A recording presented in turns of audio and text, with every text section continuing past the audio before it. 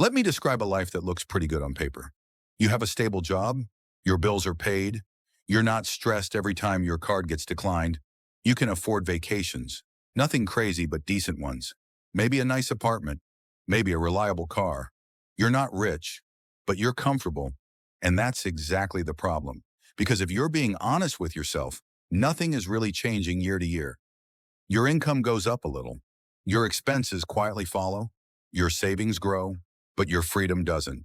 And deep down, there's this weird feeling you don't like talking about. I should be further ahead than this. If that thought has ever crossed your mind, this video is for you. My name is Jose, and I spend way too much time thinking about money, investing, and why so many people who do everything right financially never actually get rich. And if you're someone who makes a decent income, lives a responsible life, but feels stuck in place financially, make sure to hit that subscribe button and give this video a thumbs up if this helps you out. Because today we're talking about something no one warns you about. The comfort trap. Here's the thing. The comfort trap isn't about being lazy. It's not about being bad with money. And it's definitely not about being irresponsible.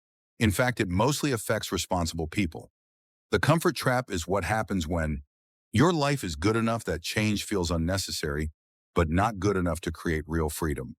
You're not desperate, so you don't take risks, but you're not wealthy either, so you stay dependent on your paycheck. And this is where it gets really interesting. According to data from the Federal Reserve, most middle-income households want to earn enough to cover their needs, have little financial margin beyond that, and rely heavily on earned income. That sounds fine until you realize what it implies. Middle-class comfort removes urgency. If you're broke, you have to change. If you're wealthy, you already escaped. But if you're comfortable, you can survive indefinitely without progress. And that's incredibly dangerous. Here's what most people don't realize. The moment your basic needs are met, your brain switches goals. You stop optimizing for growth and start optimizing for comfort preservation. Your decisions change. You choose stability over upside, predictability over opportunity, familiar stress over unfamiliar risk. And none of that feels like a mistake at the time. It feels reasonable. Let's say you make $70,000 a year. After taxes, rent, food, cars, subscriptions, and a little fun, you're saving maybe $500 a month, $6,000 a year. That's responsible. That's disciplined. But here's the uncomfortable math. At $6,000 a year, even invested at 7% returns, after 10 years you have roughly $85,000. That's not freedom. That's a buffer. And most people never notice this early enough to course correct. Jose, slow down. That's still good progress. Better than nothing. And you're right. But here's the hard truth. Good progress isn't the same as life-changing progress. And the comfort trap convinces you they're the same thing. Comfort doesn't feel dangerous. It doesn't trigger fear. It doesn't trigger urgency. It doesn't scream problem. In fact, comfort whispers, why risk what you already have? And that whisper gets louder every year. Mortgage, kids, reputation, routine. The more comfortable your life becomes, the more expensive change feels. This is one of the biggest lies of the comfort trap. People believe, once I make a little more, everything will work out. But according to research from Harvard Business Review, lifestyle inflation absorbs 40 to 60% of income, increases for most households. Meaning, you earn more, you spend more, and your net position barely changes comfort scales with income. Freedom doesn't. Here's the part people misunderstand. Middle-class risk aversion makes sense. If you have a mortgage, dependents, a fixed lifestyle, you can't afford reckless decisions. But the comfort trap turns smart caution into permanent stagnation. You stop taking any meaningful risk, and over decades, that's devastating. Imagine standing in warm water. It's not hot, it's not cold, it's just fine. You could step out. But why would you?